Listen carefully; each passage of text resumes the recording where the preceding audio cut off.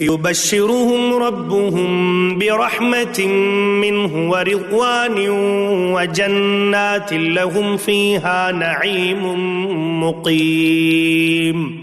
ان کا پروردگار انہیں اپنی طرف سے رحمت اور خوشنودی کی اور ایسے باغات کی خوشخبری دیتا ہے جن میں ان کے لیے دائمی نعمتیں ہیں۔ خالدین فیہا ابدا ان اللہ عنده اجر عظیم۔ وہ ان میں ہمیشہ رہیں گے، یقیناً اللہ ہی ہے جس کے پاس عظمت والا اجر موجود ہے۔ یا ایھا الذین آمنوا لا تتخذوا آباءکم واخوانکم اولیاء ان استحبوا الكفر على الإيمان ومن يتولهم منكم فأولئك هم الظالمون۔ اے ایمان والو، اگر تمہارے باپ بھائی کفر کو ایمان کے مقابلے میں ترجیح دیں تو ان کو اپنا سرپرست نہ بناؤ، اور جو لوگ ان کو سرپرست بنائیں گے وہ ظالم ہوں گے۔ قل ان كان آباؤكم وأبناؤكم وإخوانكم وأزواجكم وعشيرتكم وأموال اقترفتموها وتجارة تخشون كسادها ومساكن ترضونها أحب إليكم من الله ورسوله وجهاد في سبيله فتربصوا حتى يأتي الله بأمره والله لا يهدي القوم الفاسقين۔ اے پیغمبر، مسلمانوں سے کہہ دو کہ اگر تمہارے باپ، تمہارے بیٹے، تمہارے بھائی، تمہاری بیویاں اور تمہارا خاندان اور وہ مال و دولت جو تم نے کمایا ہے اور وہ کاروبار جس کے مندہ ہونے کا تمہیں اندیشہ ہے اور وہ رہائشی مکان جو تمہیں پسند ہیں تمہیں اللہ اور اس کے رسول سے اور اس کے راستے میں جہاد کرنے سے زیادہ محبوب ہیں تو انتظار کرو یہاں تک کہ اللہ اپنا فیصلہ صادر فرما دے، اور اللہ نافرمانوں کو منزل تک نہیں پہنچاتا۔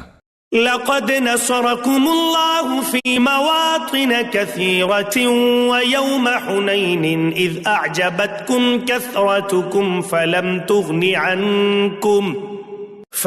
تغن عنكم شيئا وضاقت عليكم الأرض بما رحبت ثم وليتم مدبرين۔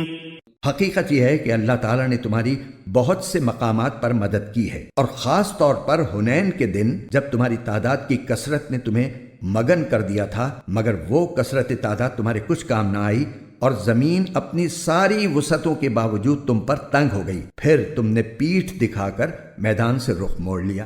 ثم أنزل الله سكينته على رسوله وعلى المؤمنين وأنزل جنودا لم تروها وعذب الذين كفروا وذلك جزاء الكافرين۔ پھر اللہ نے اپنے رسول پر اور مومنوں پر اپنی طرف سے تسکین نازل کی اور ایسے لشکر اتارے جو تمہیں نظر نہیں آئے، اور جن لوگوں نے کفر اپنا رکھا تھا اللہ نے ان کو سزا دی، اور ایسے کافروں کا یہی بدلہ ہے۔ ثم يتوب الله من بعد ذلك على من يشاء والله غفور رحيم۔ پھر اللہ جس کو چاہے توبہ نصیب کر دے، اور اللہ بہت بخشنے والا بڑا مہربان ہے۔ یا ایھا الذین آمنوا انما المشرکون نجس فلا يقربوا المسجد الحرام بعد عامهم هذا وإن خفتم عيلة فسوف يغنيكم الله من فضله إن شاء إن الله عليم حكيم۔ اے ایمان والو، مشرک لوگ تو سراپا ناپاکی ہیں، لہٰذا وہ اس سال کے بعد مسجد حرام کے قریب بھی نہ آنے پائیں۔ اور مسلمانوں، اگر تم کو مفلسی کا اندیشہ ہو تو اگر اللہ چاہے گا تو تمہیں اپنے فضل سے مشرکین سے بے نیاز کر دے گا۔ بے شک اللہ کا علم بھی کامل ہے، حکمت بھی کامل۔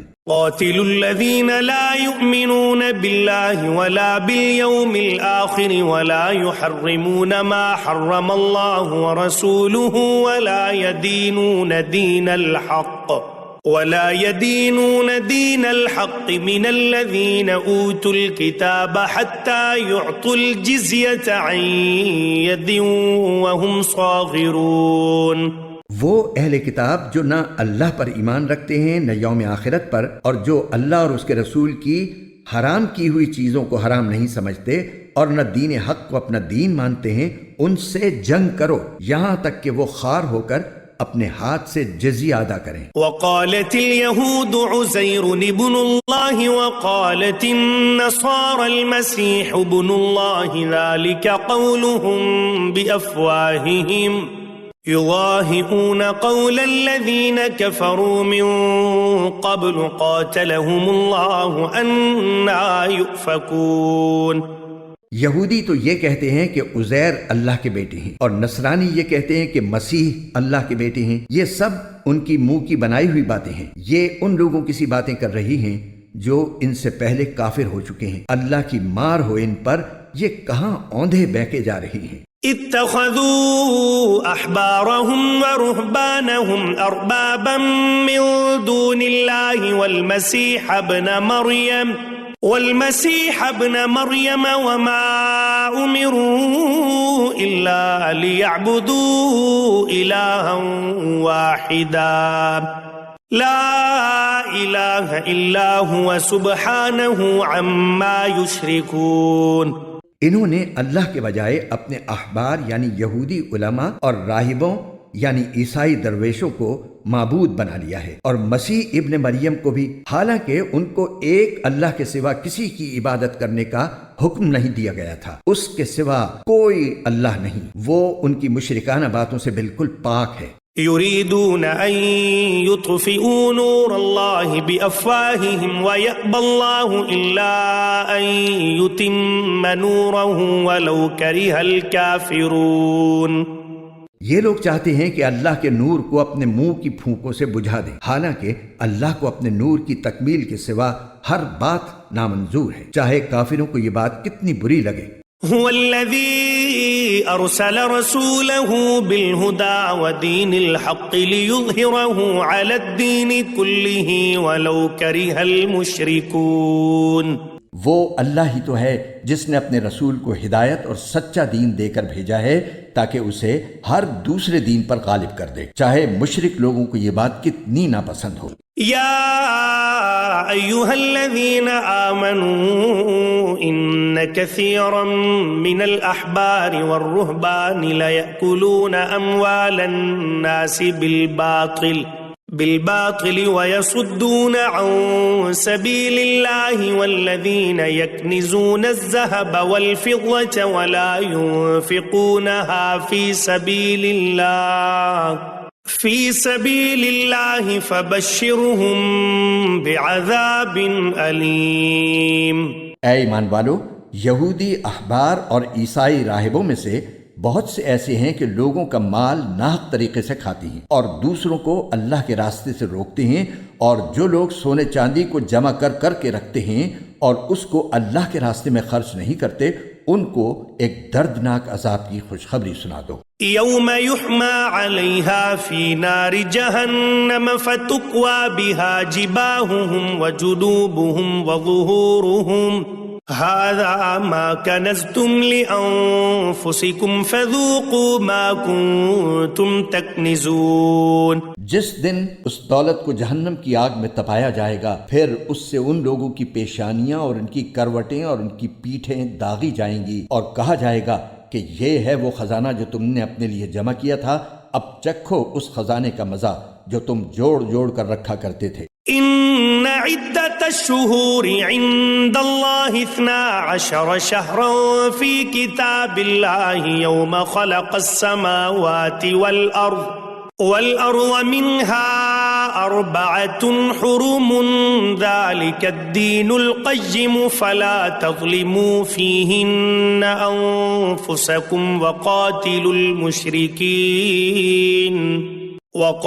المشركين كافة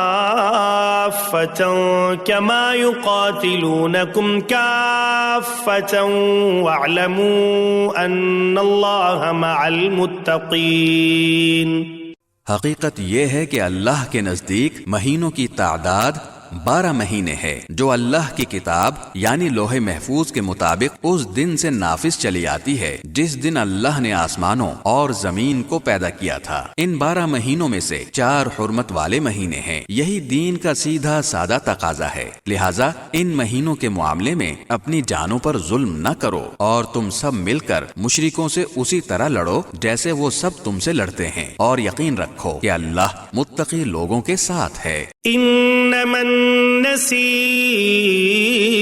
زيادة في الكفر يضل به الذين كفروا يحلونه عاما ويحرمونه عاما ليواطئوا عدة ما حرم الله فيحلوا ما حرم الله زين لهم سوء أعمالهم والله لا يهدي القوم الكافرين۔ اور یہ نسی یعنی مہینوں کو آگے پیچھے کر دینا تو کفر میں ایک مزید اضافہ ہے جس کے ذریعے کافروں کو گمراہ کیا جاتا ہے۔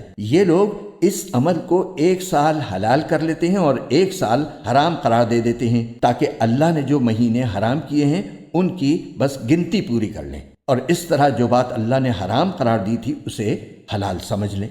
ان کی بدعملی ان کی نگاہ میں خوشنما بنا دی گئی ہے، اور اللہ ایسے کافر لوگوں کو ہدایت تک نہیں پہنچاتا۔ یا ایھا الذین آمنوا ما لکم اذا قیل لکم انفروا فی سبیل اللہ اثاقلتم الی الارض أرضيتم بالحياة الدنيا من الآخرة فما متاع الحياة الدنيا في الآخرة إلا قليل۔ اے لوگو جو ایمان لائے ہو، تمہیں کیا ہو گیا ہے کہ جب تم سے کہا گیا کہ اللہ کے راستے میں جہاد کے لیے کوچ کرو تو تم بوجھل ہو کر زمین سے لگ گئے؟ کیا تم آخرت کے مقابلے میں دنیاوی زندگی پر راضی ہو چکے ہو؟ اگر ایسا ہے تو یاد رکھو کہ دنیاوی زندگی کا مزہ آخرت کے مقابلے میں کچھ بھی نہیں مگر بہت تھوڑا۔ إِلَّا تَنْفِرُوا يُعَذِّبُكُمْ عَذَابًا أَلِيمًا وَيَسْتَبْدِلْ قَوْمًا غَيْرَكُمْ وَلَا تَضُرُّوهُ شَيْئًا وَاللَّهُ عَلَى كُلِّ شَيْءٍ قَدِيرٌ۔ اگر تم کوچ نہیں کرو گے تو اللہ تمہیں دردناک سزا دے گا اور تمہاری جگہ کوئی اور قوم لے آئے گا اور تم اسے کچھ بھی نقصان نہیں پہنچا سکو گے، اور اللہ ہر چیز پر پوری قدرت رکھتا ہے۔ إِلَّا تَنصُرُوهُ فَقَدْ نَصَرَهُ اللَّهُ إِذْ أَخْرَجَهُ الَّذِينَ كَفَرُوا ثَانِيَ اثْنَيْنِ إِذْ هُمَا فِي الْغَارِ إِذْ يَقُولُ لِصَاحِبِهِ لَا تَحْزَنْ إِنَّ اللَّهَ مَعَنَا فَأَنزَلَ اللَّهُ سَكِينَتَهُ عَلَيْهِ وَأَيَّدَهُ بِجُنُودٍ لَّمْ تَرَوْهَا وَجَعَلَ كَلِمَةَ الَّذِينَ كَفَرُوا السُّفْلَىٰ وَكَلِمَةُ اللَّهِ هِيَ الْعُلْيَا وَاللَّهُ عَزِيزٌ حَكِيمٌ۔ اگر تم ان کی یعنی نبی کریم صلی اللہ علیہ وسلم کی مدد نہیں کرو گے تو ان کا کچھ نقصان نہیں، کیونکہ اللہ ان کی مدد اس وقت کر چکا ہے جب ان کو کافر لوگوں نے ایسے وقت مکے سے نکالا تھا جب وہ 2 آدمیوں میں سے دوسرے تھے، جب وہ دونوں غار میں تھے، جب وہ اپنے ساتھی سے کہہ رہے تھے کہ غم نہ کرو، اللہ ہمارے ساتھ ہے۔ چنانچہ اللہ نے ان پر اپنی طرف سے تسکین نازل فرمائی اور ان کی ایسے لشکروں سے مدد کی جو تمہیں نظر نہیں آئے، اور کافر لوگوں کا بول نیچا کر دکھایا، اور بول تو اللہ ہی کا بالا ہے، اور اللہ اقتدار کا بھی مالک ہے، حکمت کا بھی مالک۔